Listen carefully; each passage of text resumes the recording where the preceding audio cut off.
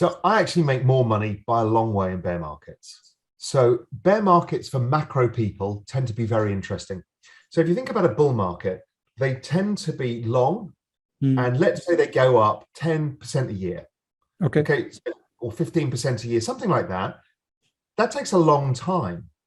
Bear markets, you probably get a 50% return in a 6-month period. Yeah.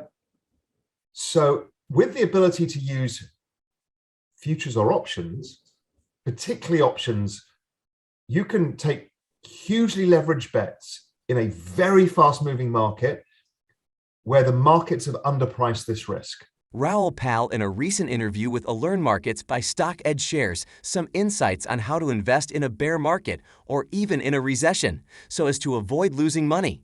He is of the opinion that bear markets are the perfect opportunities to make good money if you know what you are doing. He also shared other great tips on how he makes predictions in a bear market, his thoughts on blockchain, the weakness of fiat currency, interest rates, inflation, and some other interesting topics. It's very important as investors to know the best way to invest and make money, especially in a bear market, because even an idiot can make money in a bull market. Last year at Savvy Finance, we proudly took profits in a number of cryptos we invested in. We would sound smart if that were the end of the story. It's not. We ended up reallocating the proceeds into other cryptos that were less expensive. Fast forward to today, and many of our crypto holdings are in the red. It doesn't take a bear market for investors to lose money. All it takes is selling your holdings under the water when there's a major correction in certain assets you hold. When you have a long-term investment horizon, you can sit through market volatility, including terrifying market crashes. You should never put cash in the market if you need to use the money over the next few months or even year. A long-term investment horizon is at least 3 to 5 years. Welcome back to Savvy Finance, the place to get great, up-to-date crypto and other financial information. Big thanks to all our subscribers and viewers. We appreciate you more than you know. Let's hear more from Raoul Pal. So that is where, when you're looking at the indicators, particularly around recessions, it's hard around geopolitical events and stuff because they tend to be more randomized. But recessions tend to be forecastable. And around that, you can start positioning yourself. So we're starting to see it happening in the US right now. We're starting to see the yield curve turning lower. Yep. Usually when the yield curve goes negative, a recession follows soon after. So then you're looking for business cycle indicators like the ISM survey or PMI surveys or sentiment surveys to start rolling over and going below 50, it is in the ISM, which tells you the economy started to potentially contract. Those kind of signals, and then a bit of technical analysis, will give you the timing. Now, there's no 100%, there's no certainties in this world. All we do as investors is look for putting probabilities in our favor. Okay.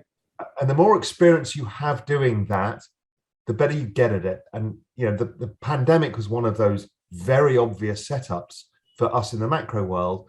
The economies globally were already slowing down. We'd had the trade tariff wars with China and the US. Trade was slowing down. Then the pandemic arrives. You saw the outcome in China, which was lock everything down. It went to Italy. Italy did the same. The moment that happened, you knew the whole world was going to follow suit and close their economies.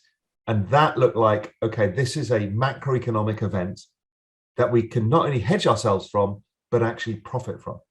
I mean, just want to extend this discussion further that, when we are making prediction of a bear market, then obviously we can't be right most of the time. So if I have to get a ballpark number from you that, say, out of 10 times you have predicted or 100 times you may have predicted bear market, how many times actually it has worked? Because when it works, it really works well and it gives you so much money, but you tend to get wrong as well. And there is a stop loss, I'm sure you have, which because you went wrong, you will let the stop loss get triggered.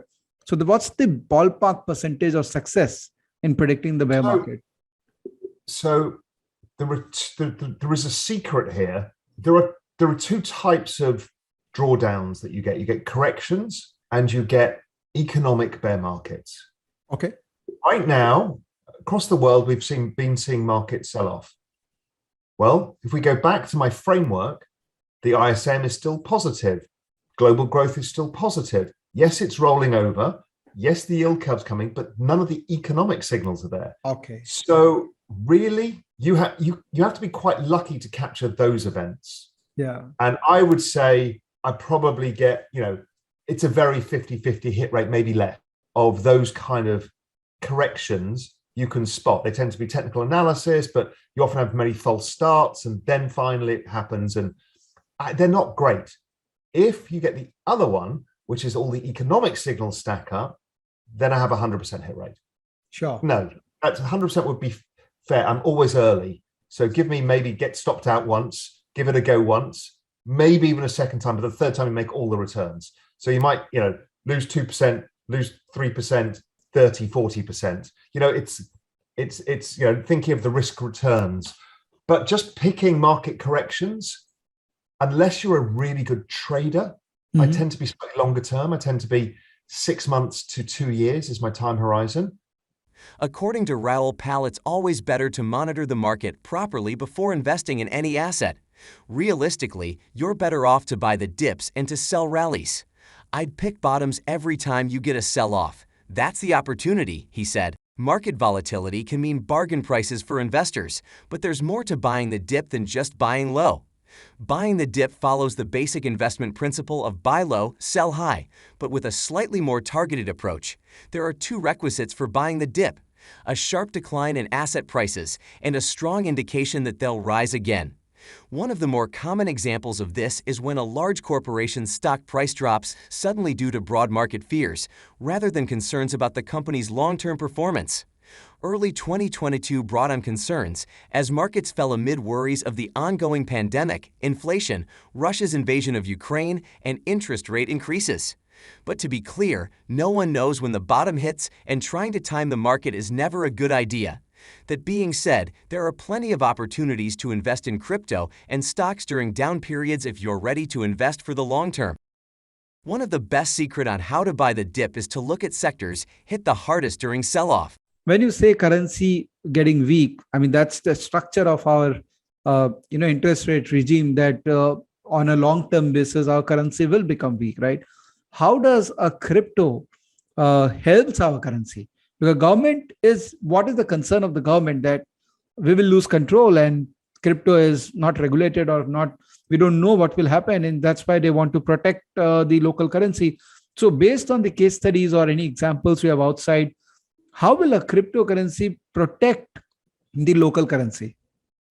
So usually when you have currency weakness, you have higher inflation. And India's always had relatively high inflation. Over time, it's been coming down. Yeah. And, demographically speaking, it should get lower. And we've seen interest rates in India trend lower over the last 20 years. Yeah. Much like they have in the rest of the world, but they're still higher than the rest of the world. But inflation has been generally higher than you see in the West. And that's one of the reasons is because you import oil oil and raw materials. India doesn't have many raw materials. It has intellectual capital.